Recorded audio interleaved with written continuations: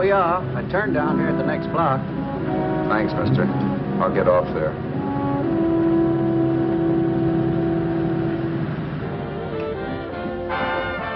Want anything else? No. Hey, you. Me? Yeah, you. Which way you heading? East. Too bad. I thought if you was heading north, I might be able to help you out. I'm pushing the Salt Lake, and I don't like to ride alone at night.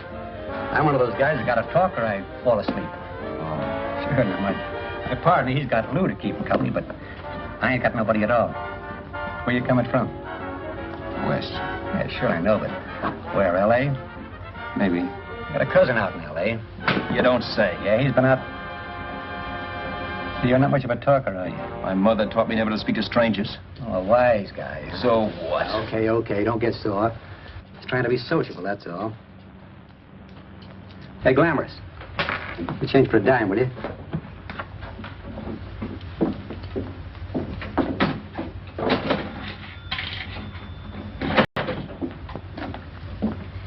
Let's have something quieter this time, Joe. My head's splitting. Is that what's wrong with it? Done with your coffee? No. And don't rush me, will you?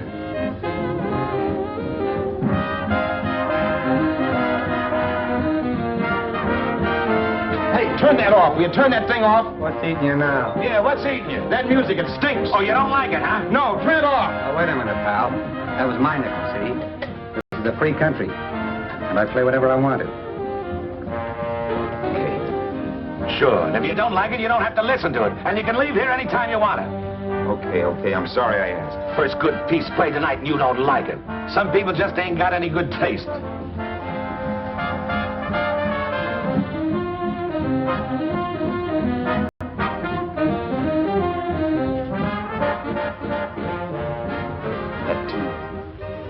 That tune.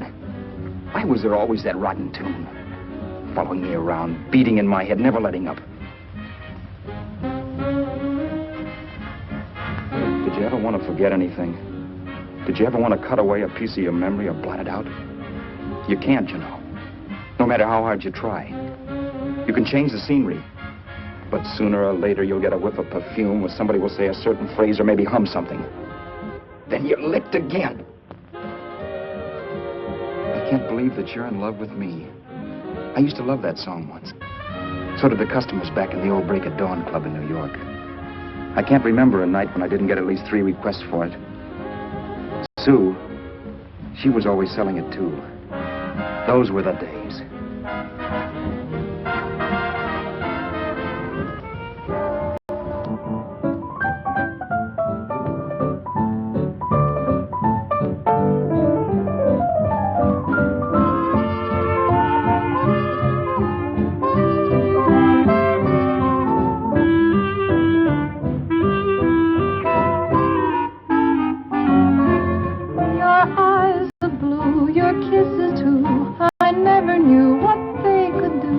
I can't believe that you're in love with me.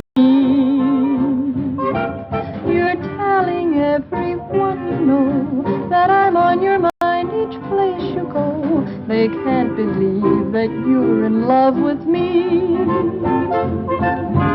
I have always placed you far above me. I just can't imagine that you love me. And after all is said and done, to think that I'm the lucky one, I can't believe that you're in love with me.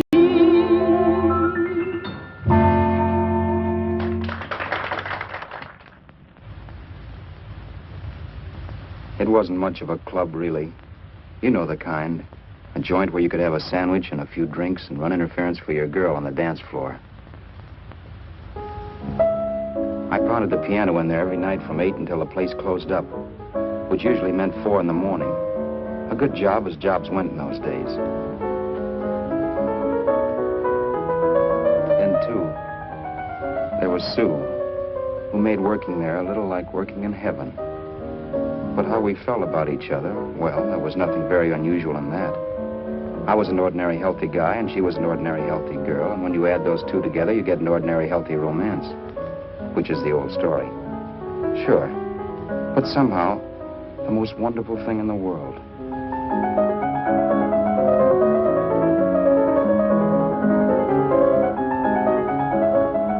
All in all, I was a pretty lucky guy.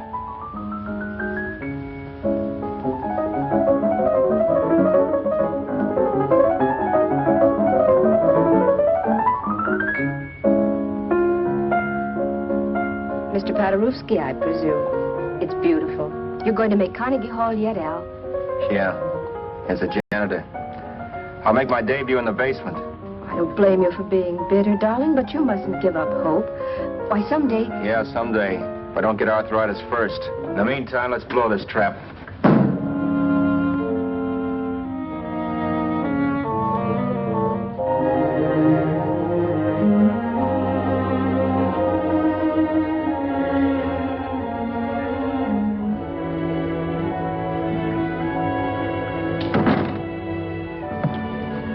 Like to get something to eat, hon? Oh, I don't think so, Al. I lose my appetite working in this flea bag. Let's go home. Okay. I can't stand much more of that dump. Did you see that drunk tonight trying to paw me? No, what drunk? Does it matter what drunk? Say, what's the matter with you tonight, darling? That's the third time you started to tell me something and then stopped. We shouldn't have any secrets from each other, Sue. Next week we're going to make with the ring and the license. You and me will be a team. Yes, that's right. In the Bush League.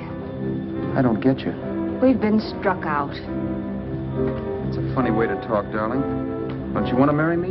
Al, look, I love you. You know I do, and I want to marry you. But? But not now. Only after we've made good. Sunday I'm going away. Oh, I know you'll think it's silly. That's why I hesitated to tell you. But I'm going to California. I want to try my luck in Hollywood. That's the most stupid thing I ever heard of. Don't you know millions of people go out there every year and wind up polishing cuspidors? I thought you had better sense. You sound as if you don't think I have any talent. That has nothing to do with it. I'll make out all right. Maybe. But what about me? Doesn't it mean anything to you that you're busting up all our plans? We may not see each other for years? It won't be that long. I thought you loved me. I do. You know I do. Well, here we are. Al, why can't you see my side of it? I'm young. We both are, and we've got all the time in the world to settle down. Oh, really, darling, what I'm doing is the only sane thing to do. I hate the thought of being so far away from you, but we'll be together again someday. Maybe you'll decide to come out too later on. So long. Al, aren't you going to kiss me goodnight? Sure, why not? Good night.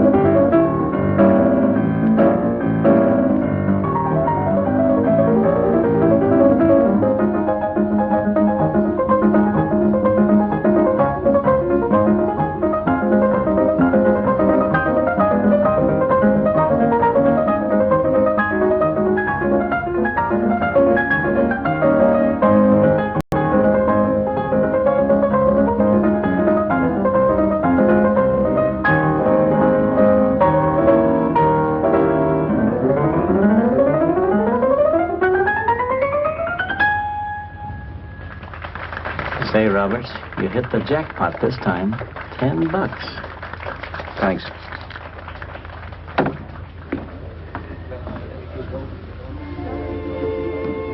So when this drunk handed me a 10 spot after a request, I couldn't get very excited. What was it, I asked myself? A piece of paper crawling with germs. Couldn't buy anything I wanted. It couldn't... Then I thought of something.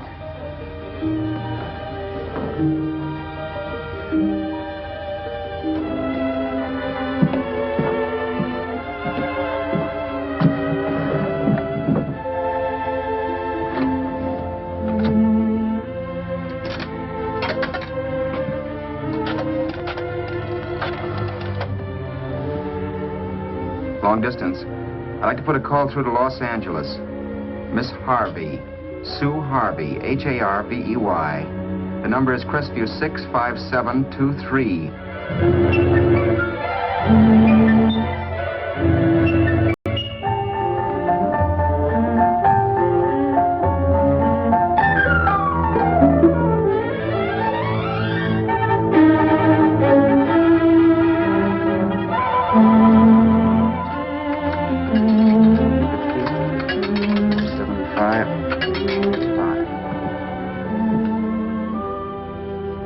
Hello, Sue? This is Al. Oh, baby, it's great to hear from you, too. What's that? You do? Oh, me too, darling. I thought I'd go batty without you. I just had to... Huh? You're working as a hashlinger? Gee, honey, that's tough. Those guys out in Hollywood don't know the real thing when it's right in front of them. You just stick it out, Sue, baby. Keep going around to those casting offices. I'm sure you'll click. Look, I'll tell you what. You stay put out there, I'll come to you. No, don't try to stop me. Just expect me. Train? Who knows? Train, plane, bus, magic carpet. I'll be there if I have to crawl. If I have to travel by pogo stick. And then, let's get married right away, huh? That's the stuff. That's what I've been wanting to hear you say. Well, goodbye for now. I'll be seeing you soon. Yeah. Bye.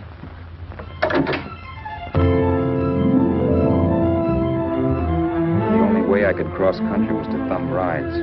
For even after hawking everything, I only had enough money to eat. Money. You know what that is. It's the stuff you never have enough of. Little green things with George Washington's picture that men slave for, commit crimes for, die for. It's the stuff that has caused more trouble in the world than anything else we ever invented. Simply because there's too little of it. At least I had too little of it. So it was me for the thumb.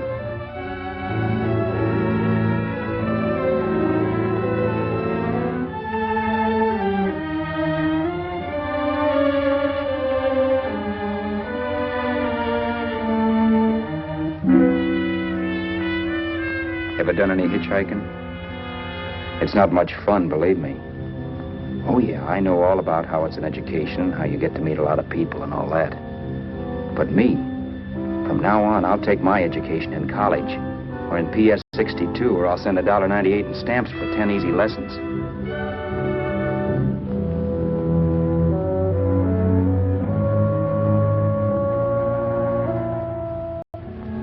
Thumbing rides may save you bus fare, but it's dangerous.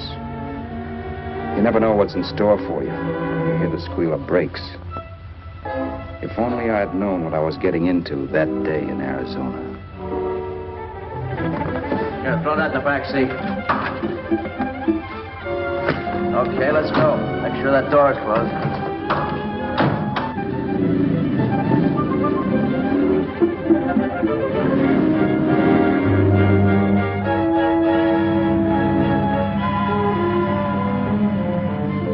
You know, Emily Post ought to write a book of rules for guys thumbing rides.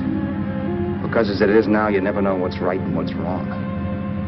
We rode along for a little while, neither one of us saying anything. I was glad of that. I never know what to say to strange people driving cars. Then, too, you can never tell if a guy wants to talk. A lot of rides have been cut short because of a big mouth. So I kept my mouth shut until he started opening up. Hand me that little box in the compartment, will you, pal? Hold the wheel, will you?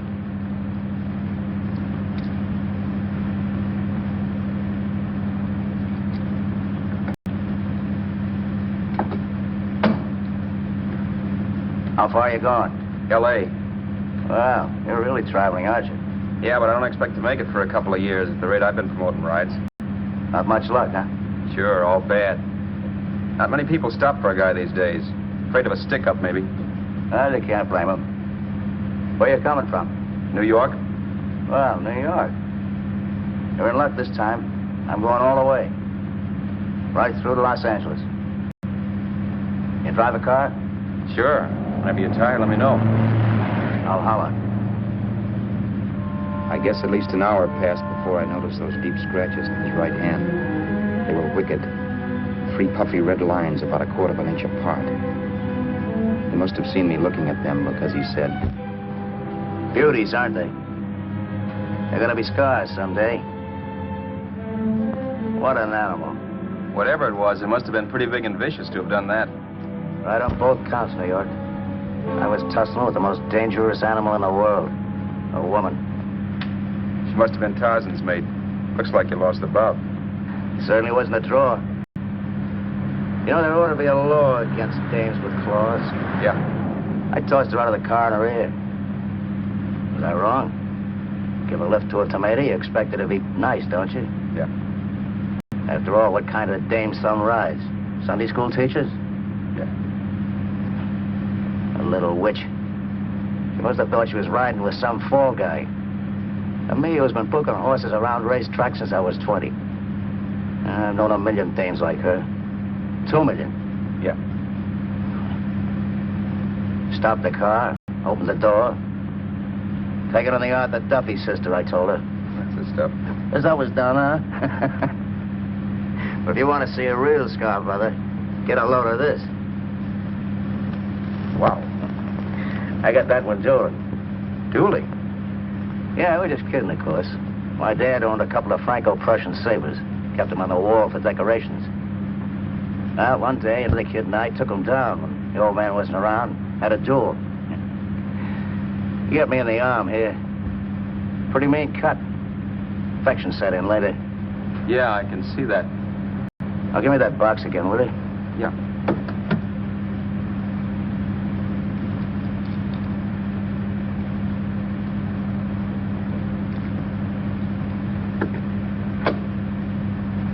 Pain made me lose my head, I guess. I began slashing. Before I knew it, I put the other kid's eye out. That was tough. Well, it was just an accident, of course. But you know how kids are. I got scared, decided I was going to run away from home. Old man almost caught me when I was packing my duds. The bloody rag I had wrapped around my wrist hadn't caught his attention. You'd seen the bundle for sure. But I beat it when he was phoning for a doctor. That was 15, 16 years ago. I haven't been home since. Pull in there for a bite or something, huh? A bite or something. Brother, was I hungry. I hadn't had anything in my stomach for hours. Yet even with that gnawing in the pit of my belly, I didn't want to be in too big a rush to put on the feed bag. First, I had to make sure this guy knew the score. If I got him down on me, goodbye ticket to Hollywood. I'll wait out here for you, mister. Well, there's the money. Don't worry about paying for it. This time it's on me. Well, that's what... Haskell, think nothing of it. You make your first million, maybe you can do the same for me. Come on, New York. I gotta make the West Coast by Wednesday. There's a horse running at Santa Anita named Powered Bicycle. Means sell to me if I'm on him. We'll make it all right. He did most of the talking during the half hour we were in the place.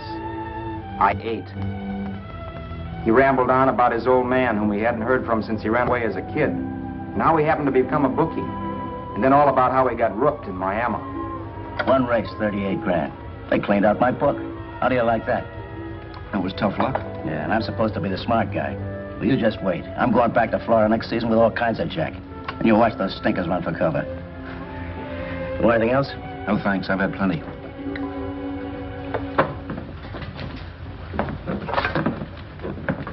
That check there, sister? Oh, just a minute. Your change, sir. Keep it, sister. Oh, thank you, sir. Call again. I'll be waiting outside for you when you finish work. Sharp check, huh?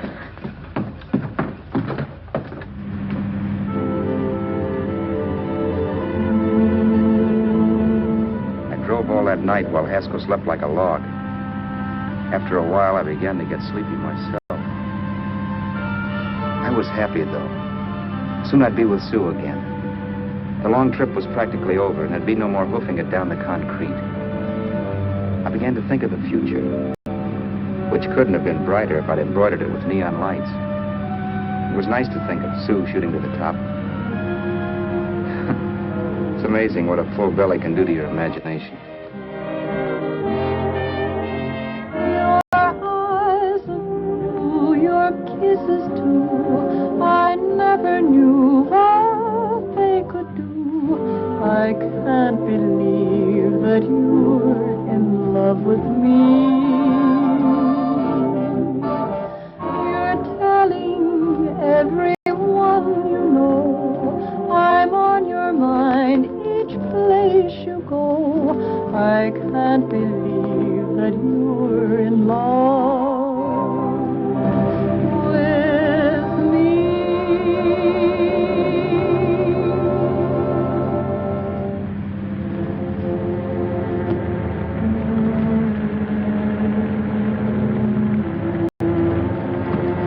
Mr. Haskell? Mr. Haskell? Mr. Haskell, wake up. It's raining. Don't you think we ought to stop and put up the top?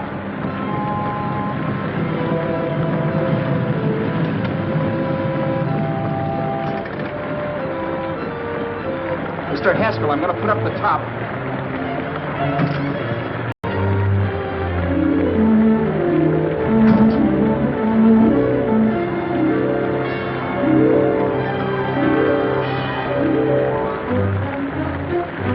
Until then, I'd done things my way.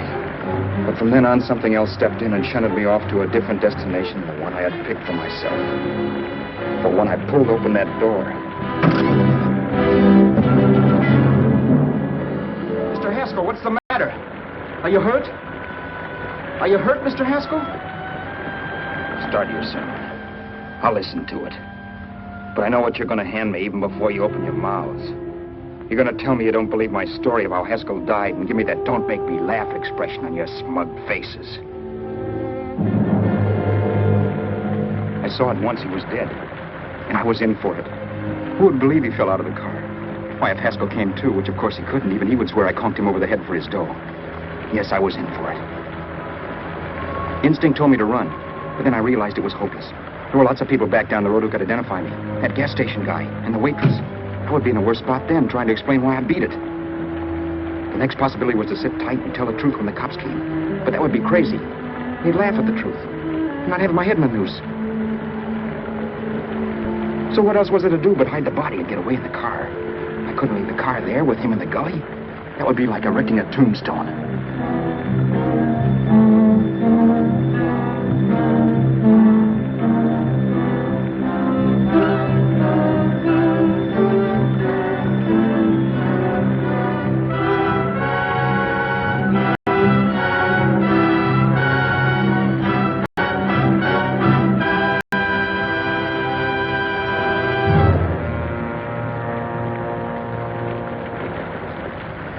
My idea was to cover him with brush, not to rob him.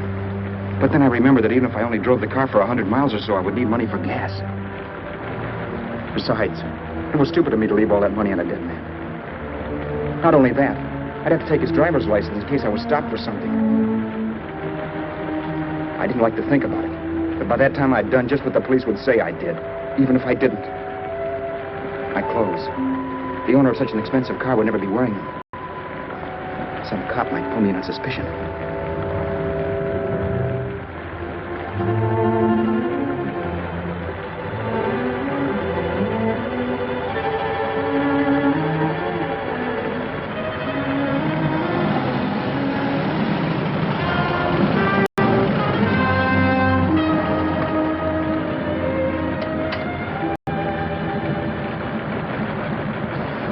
Hey, you, this your car?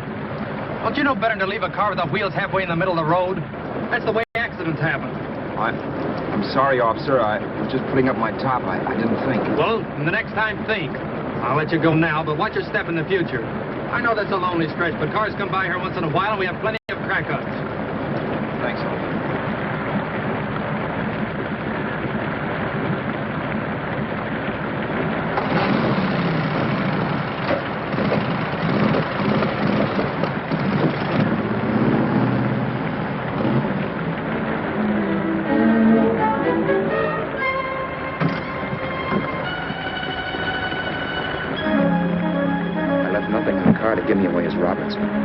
If they found a dead man in the gully now, it would be me.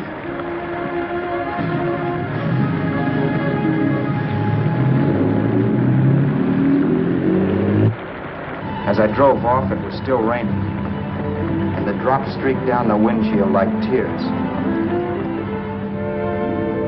I kept imagining I was being followed and that I could hear sirens back in the distance. Just how long it took me to cover the 60-odd miles to the California state line, I don't know. I lost all track of time. But the rain had stopped and the sun was up when I pulled up to the inspection station. Hello? Carrying any fruits or vegetables? No. Any livestock or poultry? No. I'd like to see your registration and driver's license, please. Anything in the baggage compartment? What's baggage? Charles Haskell, Jr., age 30, brown eyes, dark hair. Identifying marks, none. Are you Charles Haskell, Jr.?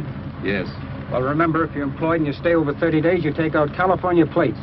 All right, officer, but I'll only be in the state a short while. Right, you can go now.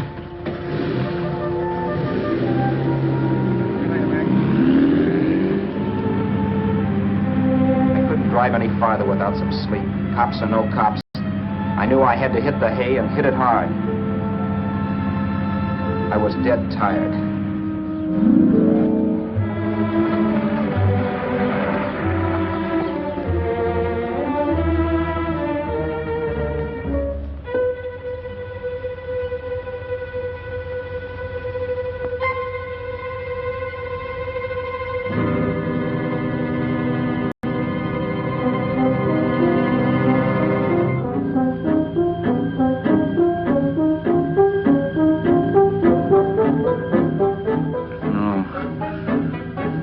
Mr. Haskell. No.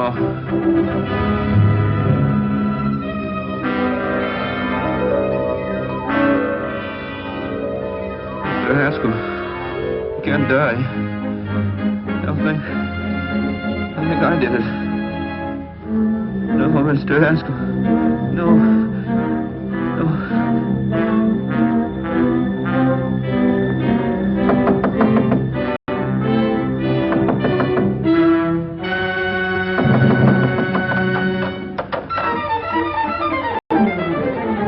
Who's there? It's the maid. Can I come in and clean? Later. In a half hour. All right, sir.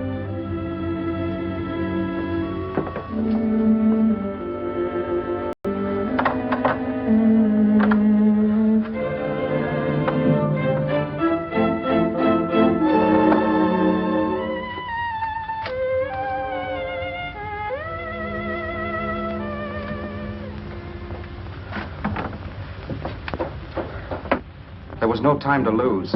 Every minute I had to be Charles Haskell was dangerous. And I'd have to be Charles Haskell until I got to some city where I could leave the car and be swallowed up.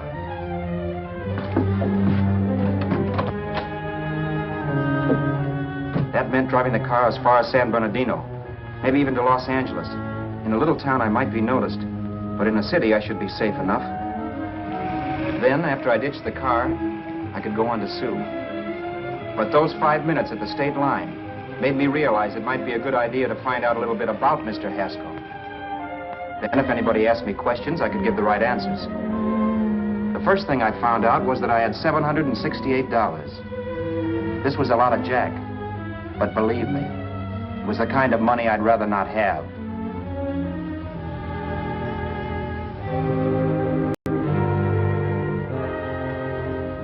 And then I found out from a letter Haskell was carting around in his bag that he wasn't the open-handed, easygoing big shot who went around buying dinners for strange hitchhikers. Before I got done reading it, I saw him more as a chiseler. It was written to his old man in California, the one he hadn't seen in so many years. In it, Haskell posed as a salesman of hymnals, of all things. It was easy to see where Haskell expected to raise a new stake for his book in Miami by rooking his old man. That was about all I found out from his effects, and it was enough. I told myself, maybe old man Haskell was lucky his son kicked off. He would never know it, but it saved him from taking a flyer in sacred literature preferred.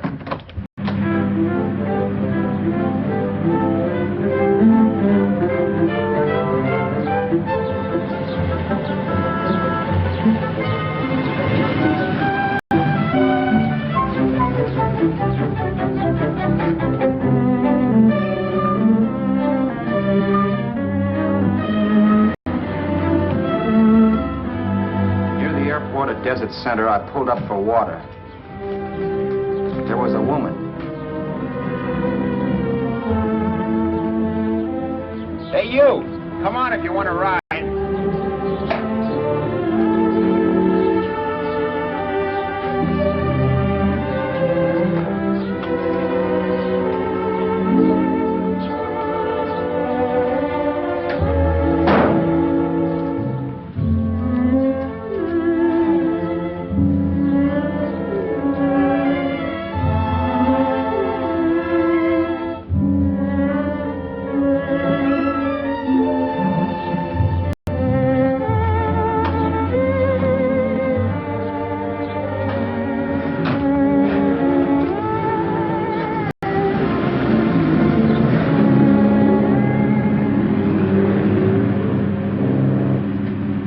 How far are you going? How far are you going? That took me by surprise, and I turned my head to look her over. She was facing straight ahead, so I couldn't see her eyes. But she was young, not more than 24.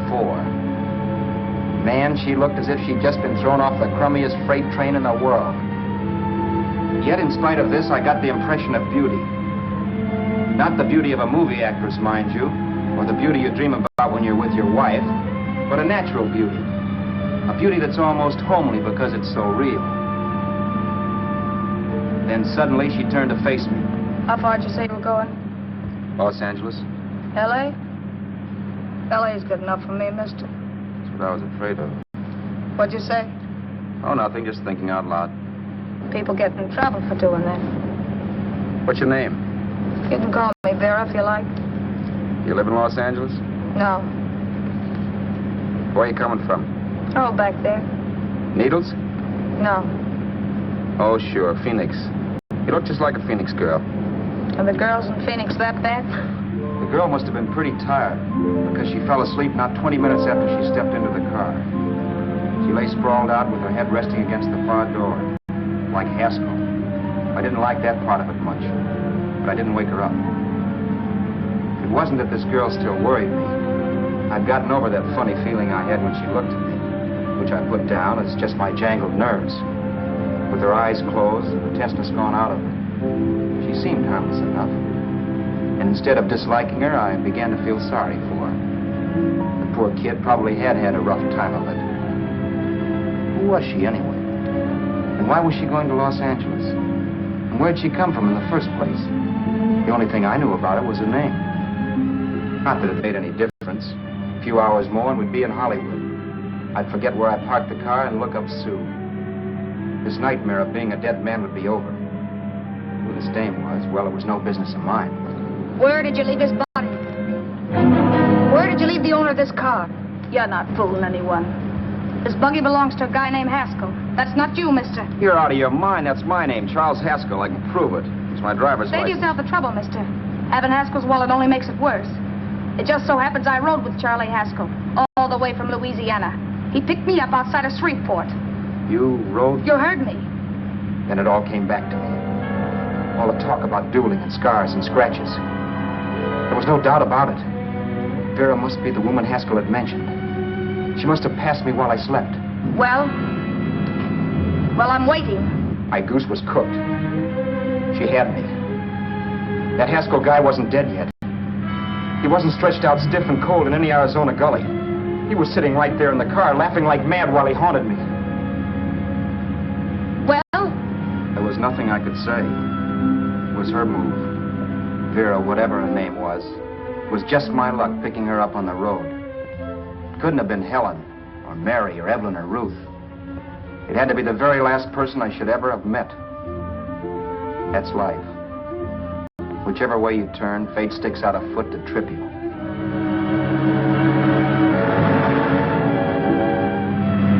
I told her everything everything, but she didn't believe my story. I should have saved my breath. That's the greatest cock and bull story I ever heard. So he fell out of his car. Say, who do you think you're talking to, a hick? Listen, mister, I've been around, and I know a wrong guy when I see one. What'd you do, kiss him with a wrench? Now, wait a minute. What I told you was true. You see, that's why I had to do it. You think I killed him? Well, the cops would have thought so, too. Yeah, well, maybe they still think so. What makes you so sure I'll shut up about this? Sure, I'm innocent. Give me a break, will you? It won't do me any good having you pinched. The cops are no friends of mine. Not there was a reward, but there isn't. Thanks. Don't thank me yet. I'm not through with you by a long shot. Let's see that roll.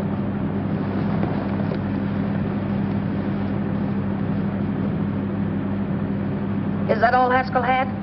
Isn't it enough? No, I thought he had more. Not that I know of. You can search me. You think I'm holding out on you? Well, maybe I will at that.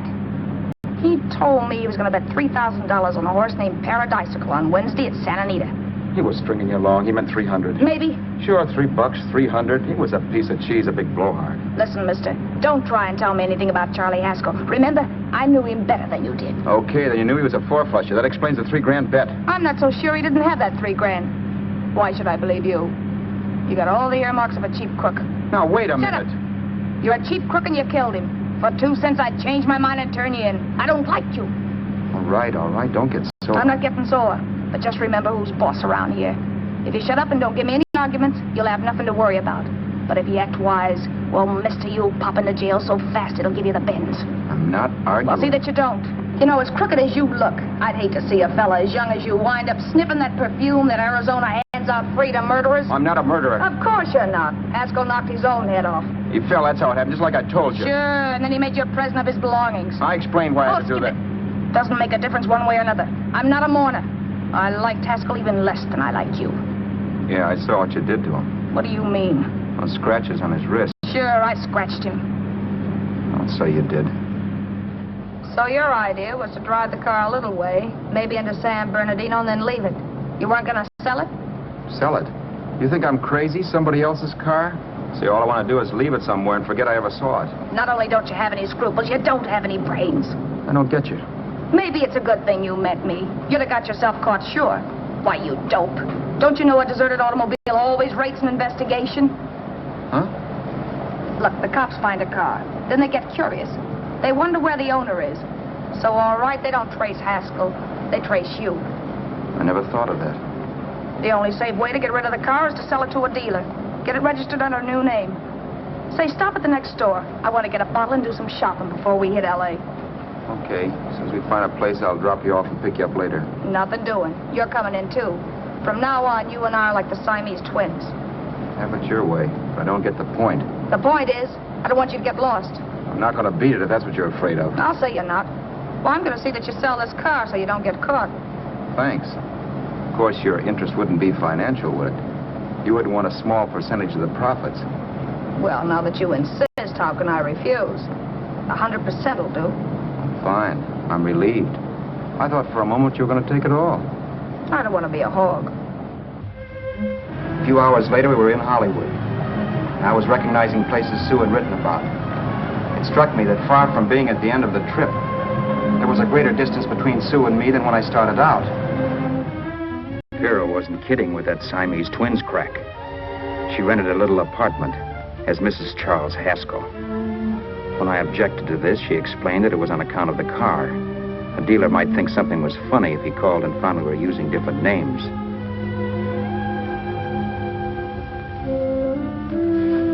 Home, sweet home. Yeah. Not bad, either.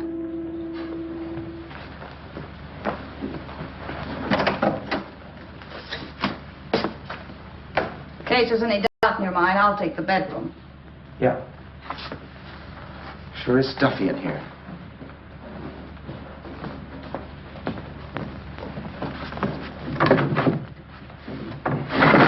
Keep the window shut. Okay. The old crow downstairs said there's a folding bed behind this door.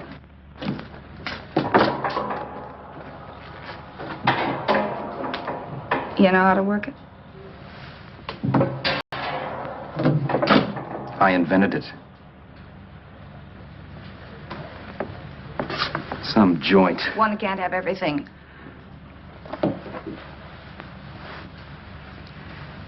I'm first in the bathtub. I don't know why, but I figured you would be.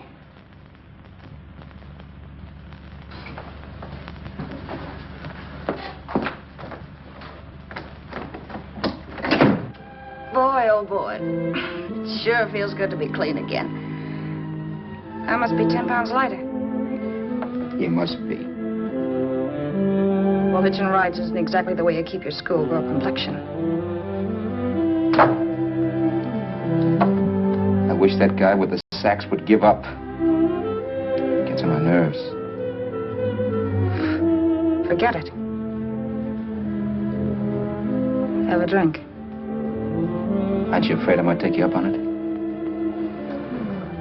If I didn't want to give you a drink, I wouldn't have offered it. Why be a sorehead, Roberts? You got yourself into this thing. You should be grateful I'm not turning you in. Why, if I wasn't regular, you'd be in the pen this minute, being photographed, fingerprinted, and being pushed around by the cops. So cheer up. Get rid of that long puss. Or is your conscience bothering you?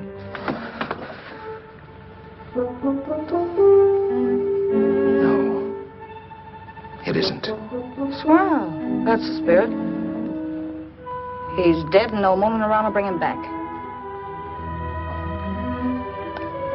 Anyway, I never could understand this worrying about something that's over and done with. Now look, Vera, for the last time I didn't kill him. Haskell was a sick man. Maybe he was dead before he fell out of the car. I don't know. Sure, he died of old age. All right. So if it'll make you sociable, you didn't kill him.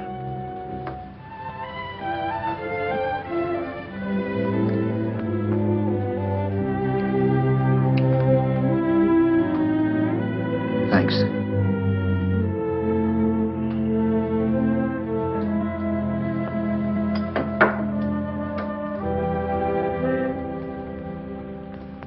We're out of liquor, Roberts. Yeah. Too bad. I felt like getting tight tonight. Well, I think you succeeded. Am I tight? As a prima donna's corset. That's good. I wanted to get tight. Why? What have you got to get tight about? Oh, I don't know. Few things. Huh.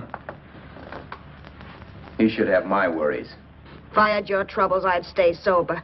And I've got the key to that door. Yeah. Maybe you're right. I'm always right. You know, I don't like your attitude, Roberts. Well, there's a lot of things I don't like. Sure. But life's like a ball game. You gotta take a swing at whatever comes along before you wake up and find it's a ninth inning. You read that somewhere. That's the truth, Roberts. All you do is bellyache. Taking it easy and, well, trying to make the best of things. But maybe that's what's wrong with the whole world. Get the professor. People knock themselves out trying to buck fate. Now, take you, for instance. You're lucky to be alive. Why, suppose Haskell had opened your door. You'd be playing a harp now. Think of that. You think of it. I'm tired of thinking. There's plenty of people dying this minute. I would give anything to trade places with you. I know what I'm talking about. I'm not so sure. At least they know they're done for. They don't have to sweat blood wondering if they are. Your philosophy stinks, pal. We all know we're going to kick off someday. It's only a question of when.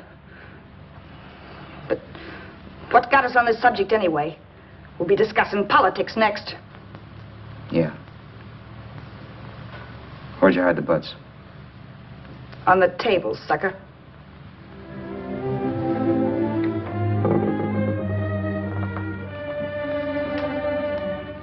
We bored each other with conversation for a couple of hours longer. Every 5 minutes, one of us was wishing we had another bottle or a radio or something to read. Then finally, we ran out of chatter. I know it's only 11 o'clock, but I want to get up early and make the rounds of the used car lots. No hurry about that. We got all the time in the world. Maybe you have, but if you think I want to stay cooped up in this place any longer than I have to, you're batty. It's not a bad place. Pay plenty for diggings like this in New York. I wouldn't like it if it was the Ritz.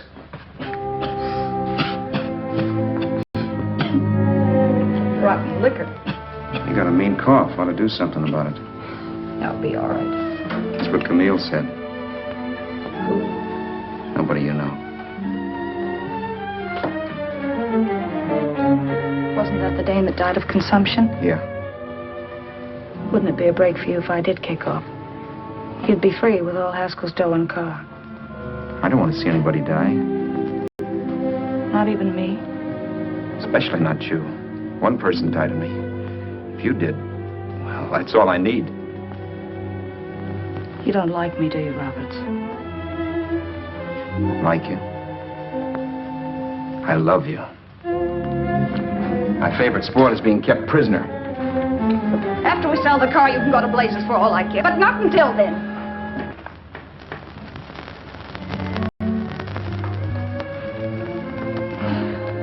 I'm going to bed.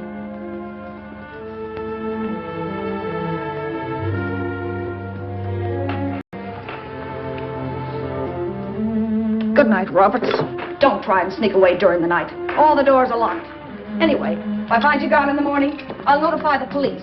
They'll pick you up. Don't worry, I know when I'm in a spot. Well, good night. I hope that portable rack isn't too uncomfortable for you.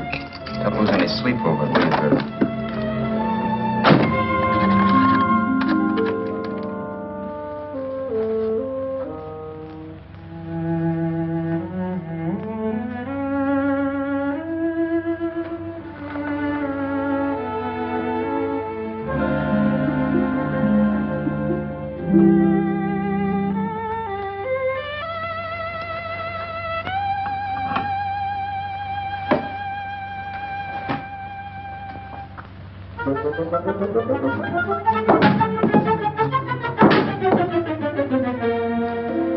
Crestview.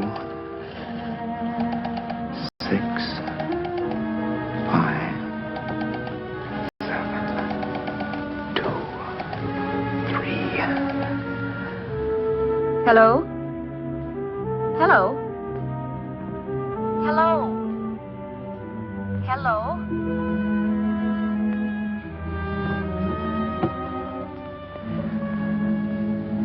No.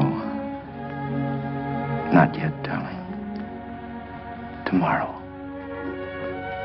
Maybe. If this were fiction, I would fall in love with Vera, marry her and make a respectable woman of her, or else she'd make some supreme Class A sacrifice for me and die. Sue and I would bawl a little over her grave and make some crack about there's good in all of us. But Vera, unfortunately, was just as rotten in the morning as she'd been the night before.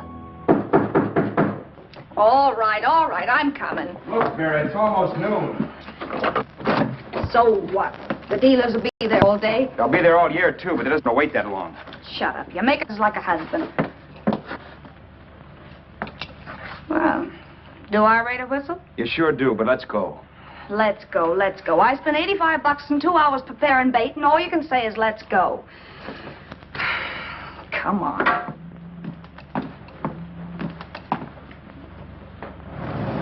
We passed a few used car lots last night down this way. What do you think we can get for this heap? I don't know. Plenty. Just let me handle everything. Think we can get $2,000? I don't know, but don't worry. I'll squeeze as much out of this guy as I can. If I let it go cheap without a fight, he might think we've stolen the car.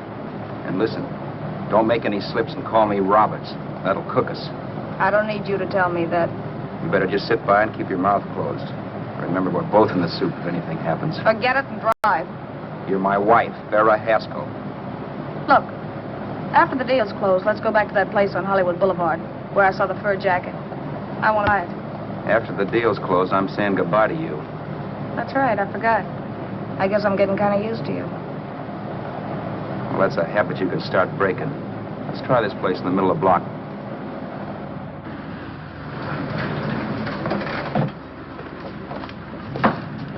Good afternoon. What can I do for you? We're interested in selling a car. If the price is right. Well, if it's in good mechanical condition, it should blue book for about $1,600. Tony, take a look at this motor. $1,600. Are you kidding?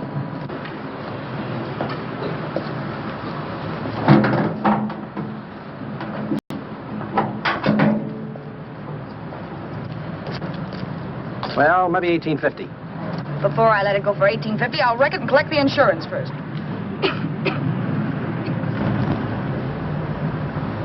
Lady, this motor's seen a lot of driving.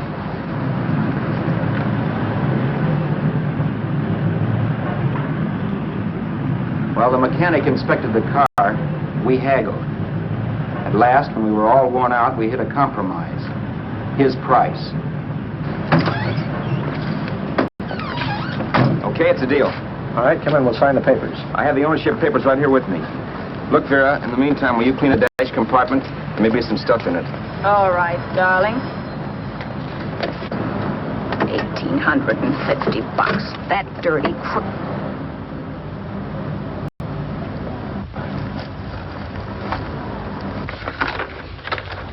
New York, huh? Yeah. But you bought the car in Miami. Yeah. Well, now let's see about the insurance. We can either have it transferred or canceled. What kind of insurance do you have, Mr. Haskell? Well, aren't all the papers there? I don't see any. Surely you know what type of insurance you carry in the car. The name of the company? Yeah, but, Well, if you'll just tell me the name of the company, I'd be very glad to take care of all the details. well, Did you sign the papers yet? not yet. Well, don't.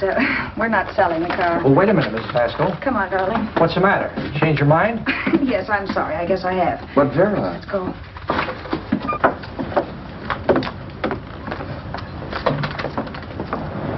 You got me out of a tight spot, Vera. But I still don't understand all this. You will in a minute. I almost threw away a gold mine. 1850 isn't to be sneezed at. The car doesn't book for as much as I thought. We're not selling the car. You want to keep it. Now, wait a minute, Vera. You said yourself I wouldn't be safe until the car was in someone else's name. I'd like to be free of this mess when I go. That's just it, Roberts. You're not going. There's a drive-in at the next corner. Pull in there and we'll get a bite to eat. And I'll explain. What is this, another one of your brilliant ideas?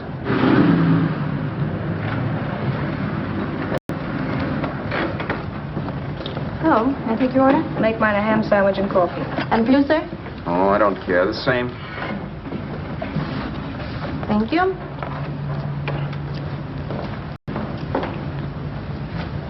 Get this, Vera. I've been pretty patient so far.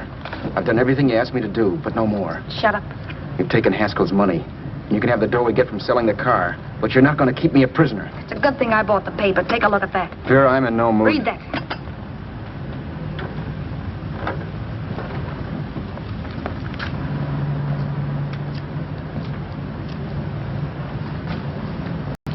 No. Yes.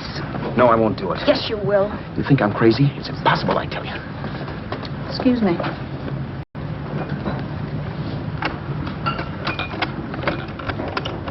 Blow the horn when you're through. No one could possibly get away with an act like that. It'd be wise to me in a minute. Don't be yellow. You look enough like him. The same coloring and the same build. See how his clothes fit you? No kidding, you almost had me fooled for a while. Oh, grow up, Vera. Don't you think a father knows his own son? And there must be other relatives. The father won't have to know you. We'll wait till he gives up the ghost. He's an old geezer and he won't pull through. And as far as other relatives are concerned, they haven't seen you in 15 or 20 years. Eat. I'm not hungry. And I won't do it. It's not as tough as it sounds. Remember, you've got all kinds of identification. His car, letters, license. I could never get away with it. It's the stupidest thing I've ever heard. The old boy has scads of dough. Look in the paper there. Personal fortune assessed at over $15 million. He'll leave plenty, I tell you. Maybe he cut off his son. How do we know? It's out, Vera. I won't have anything to do with it. I think you will. Look, Vera, I'll do anything within reason. But not that. So forget it. Or find yourself another stooge. You sap. You'll be fixed for the rest of your life as Charlie Haskell. You can take your inheritance and go away. No more worrying about the rent, no sweating, scheming, wondering where your next meal's coming from. Think about that, Roberts. Vera, please, you're talking too loud. On this, I'm splitting 50-50 with you. Sure, why not? We're both alike, both born in the same gutter. Now, take it easy, Vera. There's people around here. You don't know what you're talking about. We'll wait till we read that old man Haskell's dead. Then you show up. Like you read in New York that he was sick. No. Suppose he doesn't die. He will. I know he will. Something tells me. But as much as I insisted I would have no part of her scheme, Vera was taking it for granted I would. Neither of us had our mind on the cards as we played that night. I knew we were just trying to kill time between newspaper editions. This was a death watch for Vera. Maybe it was for me, too. Don't you realize if I'm caught, they'll want to know where I got the car and stuff, and they'll have me on a murder charge. If you're smart, you won't get caught. I knock for 7. And if I'm caught, don't you realize you'll be out, too? 18 points, that gives me 30. How will I be out? You'll be out $1,850 we would have gotten on the car. Really, Vera, you'd be an awful chump if you threw away all that dough on a dizzy long shot. Let me sell the bus tomorrow. With the money it'll bring and what you've already got, a clever kid like you can run it up in no time. Then we'd both be in the clear. I'll be in the clear anyway. Maybe. Maybe. But if I got caught, I'd get good and sore at you, you know. You mean you'd squeal? Well, no, not squeal exactly. Never mind what you meant. Even if you did tell the cops I was in on it with you, what could they do to me? They might give me the same medicine they gave you. Yeah. A rope. But I'm on my way now. All you'll be doing will be rushing it. All right. But think of the $1,850 you'd lose. You'd kick yourself along the block if it let get away from you. I'll take the chance. Want another drink? You're being a goon. That's the way people wind up behind the 8 ball. Once they get a few dollars, they become greedy and want more. My. Caesar. Who? You know that Roman general? He got his for being greedy. He wasn't satisfied, so the final wind-up was he took the count. A couple of days ago, you didn't have a dime. Why, you were so broke you couldn't pay cash for a postage stamp. Now you've got almost $700 with $1,850 in the offing. Take my advice. Don't try for more. I'm tired of this game. Let's have some blackjack. Play solitaire. Okay, I will if that's the way you feel about it. That's the way I feel about it. Getting sore and throwing things won't help much, Roberts. I'm really doing you a favor. I help you out of a jam by keeping my mouth shut. I show you how to make some soft money. And what thanks do I get? Thanks. Sure. Or would you rather call the cops and told him you killed a man and stole his money? I didn't kill anybody. Yes, you did. No, I didn't. You know I didn't. All right, then. Suppose I call the cops. If you're innocent, what do you got to be scared of? Okay. Call him, you mutt. Go ahead and call him, see if I care. At least they'll give me a square deal. You want me to call them? You heard me. But I'm warning you. If I'm pinched, I'll swear you were in on it. I'll say that you helped me. If I fry, I'll get even with you. You wouldn't dare. You're chicken. Yeah? Then try it and see. Call him. Yeah. Okay, I will.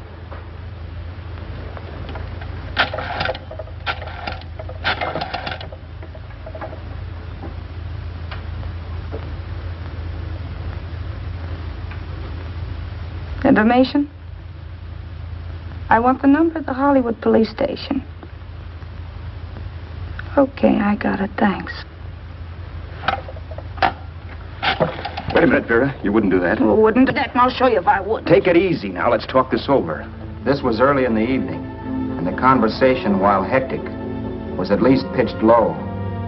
But as the minutes passed, and more obstacles to her plan popped into my head, the air got blue. Each word coming from our lips cracked like a whip. I reminded her that as Charles Haskell, I didn't even know my mother's name, where I'd gone to school, the name of my best friend, whether I had an Aunt Emma or not, my religion, and if I'd ever owned a dog. I didn't even know what my middle initial stood for. I also pointed out that the real Haskell had a scar on his forearm. His people never saw that scar. He told me he ran away right after putting out the kid's eye. Yeah, but his father knew he was cut. It'd have to be some kind of a mark. So what? The old man's dead, or will be. I hope by tomorrow morning's papers. Anyway, you could cut yourself a little, couldn't you? Boy, for that kind of dough, I'd let you cut my leg off. You're drunk and you're crazy mad, Vera. Turn me in if you want to, but I won't get mixed up in this. Besides, how do we know Haskell was such a phony? Maybe it wasn't the man's son at all. Maybe he just dreamed it up. Well, dreaming or not, you won't be dreaming when the law taps you on the shoulder. There's a cute little gas chamber waiting for you, Roberts. And I hear extradition to Arizona's a cinch. Where's that phone? Vera! Leave me alone. Vera! Here. I want a phone. Call police. I hate you, yellow stinker. You leave me alone. I'll let you alone when you promise to leave the phone where it is. You're drunk. You don't know what you're doing. You're hurting me. Will you promise? All right.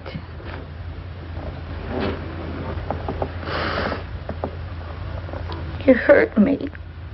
I'm sorry, but... And it's hot in here. Open up a window. It's not hot. Don't tell me. Now, do you do it or do I do it? You're no gentleman, see? Yeah. All right. I'll open up the window.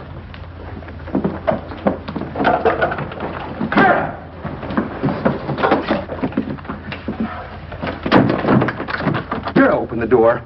Please open the door. Vera, open the door. Don't use the phone. Listen to me. I don't like you, Roberts.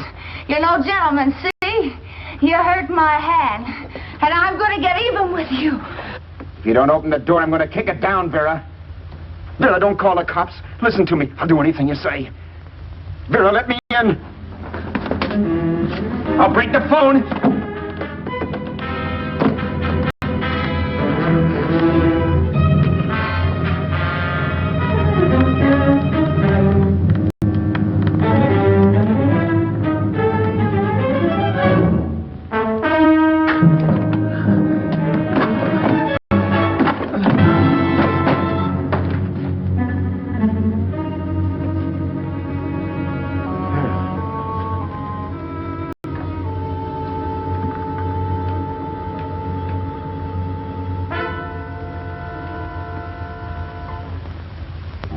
The world is full of skeptics.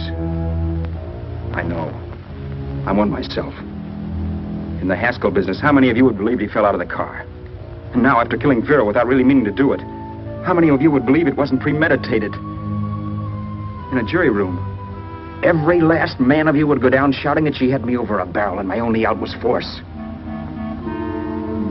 The room was still. So quiet that for a while I wondered if I had suddenly gone deaf. It was pure fear, of course. And I was hysterical. But without making a sound. Vera was dead. And I was her murderer. Murderer. What an awful word that is. But I'd become one. I'd better not get caught. What evidence there was around the place had to be destroyed. And from the looks of things, there was plenty. Looking around the room at things we'd bought was like looking into the faces of 100 people who'd seen us together and who remembered me. This was the kind of testimony I couldn't rub out. No. I could burn clothes and hide bottles for the next 5 years. There'd always be witnesses. The landlady, for one. She could identify me. The car dealer, the waitress in the drive-in, the girl in the dress shop, and that guy in the liquor store. They could all identify me. I was cooked. Done for. I had to get out of there. While once I'd remained beside a dead body, planning carefully how to avoid being accused of killing him, this time I couldn't. This time I was guilty. I knew it. Felt it. I was like a guy suffering from shock. Things were whirling around in my head. I couldn't make myself think right. All I could think of was the guy with the saxophone and what he was playing. It wasn't a love song anymore. It was a dirge.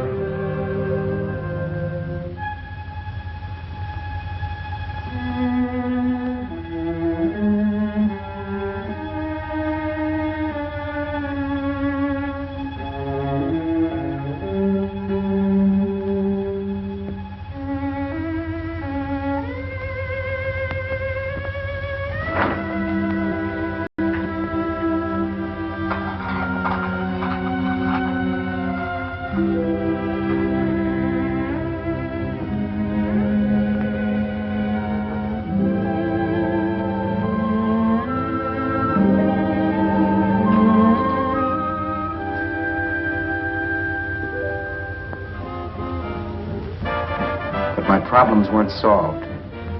I had to stay away from New York for all time because Al Roberts was listed as dead and had to stay dead. And I could never go back to Hollywood. Someone might recognize me as Haskell. Then, too, there was Sue. I could never go to her with a thing like this hanging over my head. All I could do was pray she'd be happy.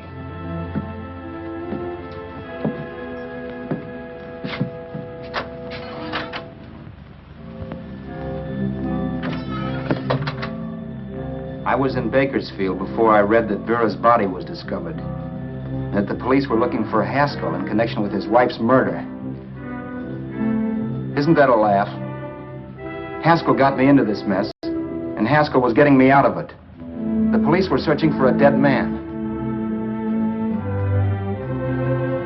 I keep trying to forget what happened. And wonder what my life might have been if that car of Haskell's hadn't stopped. But one thing I don't have to wonder about. I know. Someday a car will stop to pick me up that I never thumbed.